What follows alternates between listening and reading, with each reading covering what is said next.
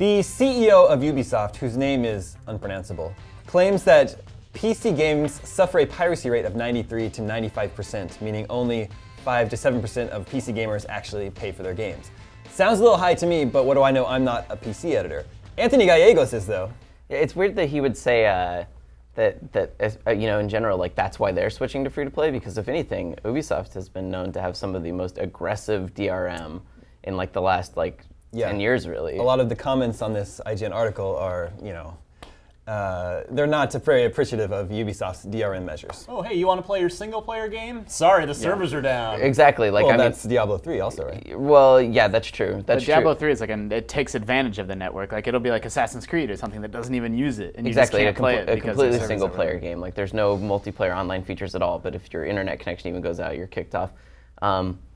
But the other, the thing is that it's just weird that he would say that it's that high, and that's why they're switching to free-to-play. Because really, it seems like that's not why he's switching to free-to-play. What they're switching to free-to-play is because there is a significant amount more money to be made. Yeah, and it's possible that they've always sort of had this really, really aggressive view of piracy, but they've been moving to free-to-play for years. They were really, really early to Facebook. They have a Ghost Recon game on Facebook, and they were tackling that space before. Maybe not before EA, but definitely before most publishers are really getting on board with free-to-play. I feel like the thing about that free-to-play works for them in their benefit is that games like Diablo and maybe Assassin's Creed and stuff that people are like, I have to always be online. They hate it. But free-to-play games, you just kind of accept that because you're like, oh, but it's free. So you're like, oh, but I have to always be online. Well, that's okay because it's free. You guys know what this means, right? I'm in the 5 to 7%. You actually pay for your games? Yeah. Yeah, that's the other thing that jumped out at me about the 5%. You are the 5%. How do they know? Like, that just sounds like a made-up number. They're like, well, So they're talking about worldwide. I know, and he's got a quote where he's talking about certain countries. So who can we? He's alluding to the fact that there are entire countries that don't pay, that pirate. Well, that's true. So that's probably true. I've heard anecdotally from a lot of Russian developers that I've talked to at Gamescom and stuff that Russia in particular has a really bad problem with piracy. And it's because, one developer I talked to, now this is him speaking anecdotally, but he was likening it to, because people there buy a machine and they don't understand, I pay all this money for a machine, why do I have to continue to pay for things for it? The communist Russia game pays for you. So, but yeah, I mean, I know that, and there have been complaints that in the past, China's had really bad problems with piracy as well. Yeah. So free-to-play is maybe a solution for countries like that, but... Can we I want to give the CEO's name a shot. Yeah, did you know what his name is, right? Yves Guillemot. So I was going to say, it's Yves Guillemot, right? I think so. This is why I just don't even try. In French, the T is silent. No, yeah. So, but yeah, I mean, maybe it can be a lot higher if we take in the whole worldwide potential sales of a game, and we take in Russia and China and some of these places in the East. But in America, there's no way that the piracy rates are above 90%. Yeah. You say there's potential for more money in free to play. Is that because if you buy a game outright, it's $60 and the money ends there towards Ubisoft, but potentially free to play, you could keep funneling the money on and on. I was gonna say, so the whole thing with free to play, as Justin's seen too, is at best you get 5% of your customers that are ever going to spend money. Right. But since the barrier to entry is so much lower, you have a potentially exponentially larger base to draw that 5% from that could even be bigger than that initial $60 investment people. Plus a lot of people won't buy it for $60, they'll wait until it's discounted or used, and then you're losing out on that money. The smartest thing about free-to-play that a lot of people forget is they think about it as a way to capture sort of casual gamers. Maybe they won't spend $60 on a game, but you could get $5 or $10 from people that would normally never give you anything. But people ignore the other side of it, where it gives people the ability to give you more money. Your most passionate fans, World of Warcraft costs $15 a month for 5-6 years, but how many people that were really deep into WoW would have given them more than $15 a month? And Blizzard gave them no mechanism to do that. There was no way to give them more money than that for the super passionate hardcore fans. So free-to-play opens things up at the low end, but it also opens things up at the high end. And that's what I think is so smart. Whether it's good for gamers or not, I don't know if that's something we're going to get into today. But from a business perspective, that's why companies are so into it. Justin's exactly right. I've spent over $120 on League of Legends over the years. So that's, and had that been a single game, I would have paid once. And you're clearly not sad about it at all. No. You've gotten your money's worth. I'm not, I mean, I've been playing that game for years and enjoying it, and that doesn't really bother me. Plus, again, the beauty of free-to-play games is I've done it through smaller transactions that I don't really think about how much I've spent until I really think about it. I mean, it's an obvious thing in hindsight, but to say it out loud, it sounds very obvious. But it's, give people the ability to give you more money. That's what the free-to-play model does for these companies. I want the airline industry to adopt a free-to-fly model. Yeah? Yeah. There's an airline in, I don't know if they fly out of Ireland or where it is, but the flights are ridiculously cheap, like, 20, KLM, 30. I think, or something like that. They're like super, super cheap airlines, but then everything's an add-on. Like, you don't get any bags, you don't get Pay for the any... bathroom. Well, like, I don't know if you pay for bathroom, but, like, you don't get any free drinks, like, you don't get anything at all. And then once you tack all that stuff on, then it's about a normal airline ticket. But that's nice, because, But like... you get to choose. Yeah. I would like to see what the piracy rate is in America. I would be surprised if it's over 50%.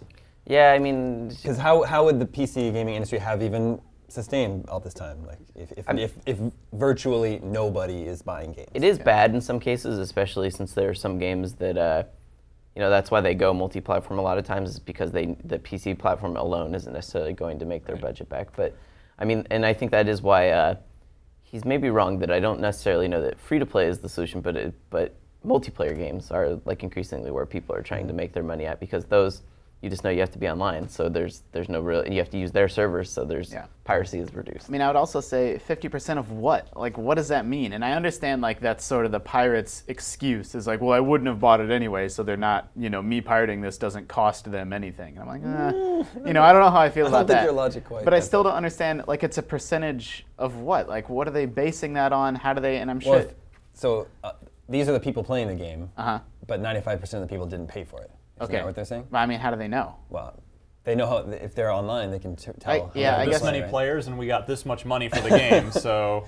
Yeah. Yeah. I question some of that. I question how they're deciding how they even have a clear picture of how many people have pirated the game to begin with. I think in all likelihood, this is just a case of him speaking like with hyperbole. Anecdotally. Yeah, and maybe people taking that as like him speaking with authority, and he's probably more just like, he should have just said, we're doing free to play because piracy is outrageous. Like, just left it at that. Yeah. We keep hearing how free to play is the future. Everyone is saying that now. Yep. Yeah. I mean, EA has announced recent games to be free to play as well. Isn't it the present, not even the future? Yeah, I mean, and increasingly at this point, like if I hear a PC game is multiplayer only and not free to play, I'm like, that is crazy. Like the only people who can get away with that is like Valve with Counter-Strike. Like Counter-Strike's not a free to play game and it's multiplayer only. And it's still $20. Valve can do that though because they're Valve. But other companies, like if they don't make money on Counter-Strike, they're not going to care. But like other companies, like they just well, okay, they'll care, but I'm saying they're not going to have to fire people, you know. And other companies just can't do that. Like, but nowadays, if your game is free to play on PC and not, I mean, multiplayer on PC and not free to play, it's just like, what are you doing? Certainly, at least for multiplayer games or MMOs, because those games live and die based on their community. You know, you need as many people playing an MMO as possible, or the whole thing just falls, like it collapses on itself. So, you need to get people in the door. You know, for a single player game or something like that, or that's not multiplayer only, then yeah, I mean, obviously you can still charge for that title, but I still prefer to pay for a game outright, but I'm gonna have to make the switch someday. The great thing about a lot of these free-to-play options, though, is that most of them have an option where you can pay basically the cost of a retail game and get everything you'll ever need up front. yeah, Like, and then after that, it's just optional if you want to buy other stuff. But yeah. If you want a blue hat, man, yeah, you got pony Blue up. hat is nice, I mean, to be honest. Who's there?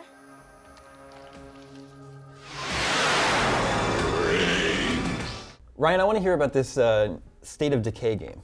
So here's one of the more ambitious Xbox Live Arcade titles you will ever hear about, which makes me wonder, will it ever come out? Because you never know with these like super high ambition games. I hope it does.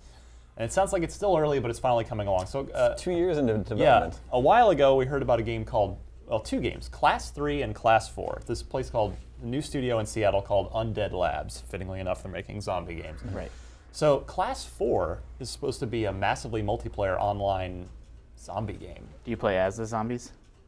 I'm not sure about that one. I know in Class 3, which has now officially been titled State of Decay, Got it. you play survivors, and it's sort of, if you watch the trailer that's up on IGN right now, you'll see that it kind of reminds me of Alan Wake meets The Walking Dead. So you're a survivor in this open world, and you have to build infrastructure and just sort of use the resources to stay alive against the zombie horde.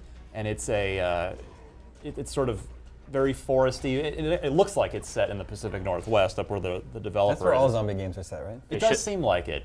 Woods are scary. Yeah, that's what it comes down to. As they should be. Twin Peaks, man, got that going. But it's a very fascinating premise, and it's built off the CryEngine 3 actually. So it certainly should look just fine once it does release. They've given no release date.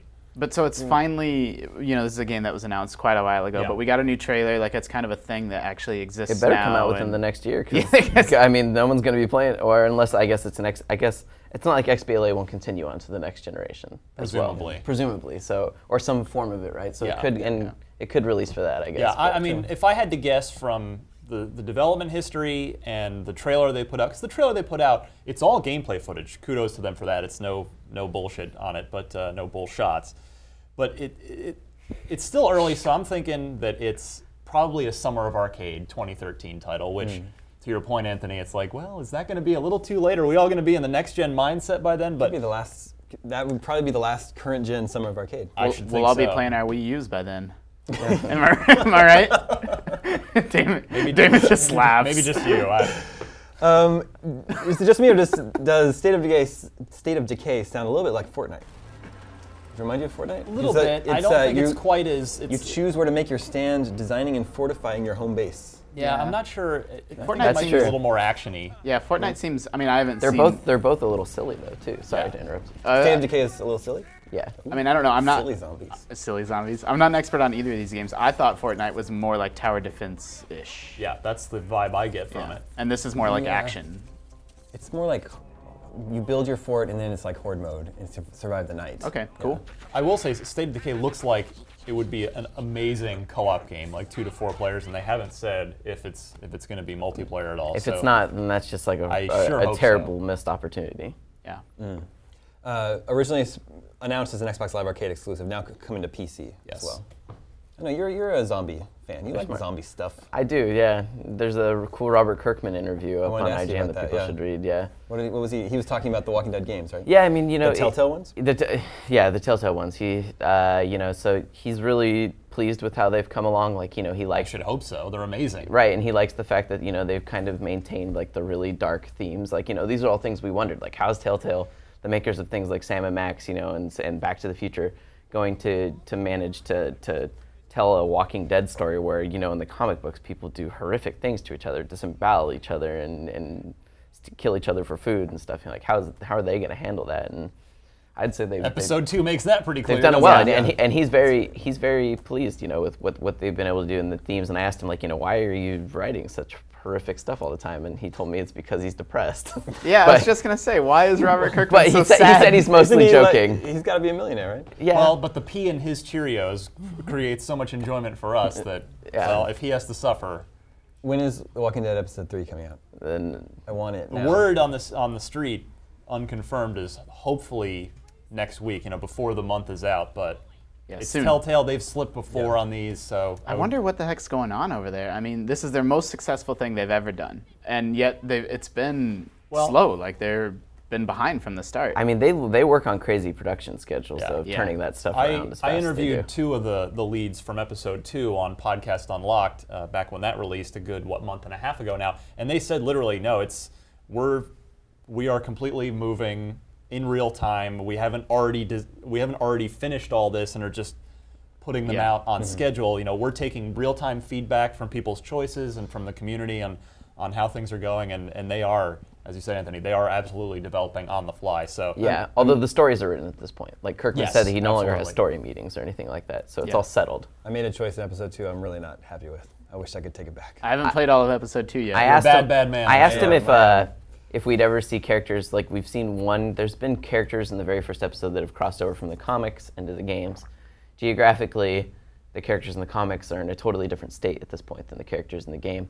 But I asked him, since the comics are so far ahead, would we ever maybe see some of the characters from the games come over into the comics? And he said that it's unlikely, but they would have to be characters that survived throughout the whole game. Yeah. So nobody, because everyone's. It's a different art style. Like, these characters that would look very different. Oh yeah, they would totally look different. It's just whether or not they'd go, because both the games and the comics are canon together. They do exist in the same universe. Anyway, State of Decay sounds very cool. No release date yet, but as soon as we know more about it, we'll let you know right here at IGN.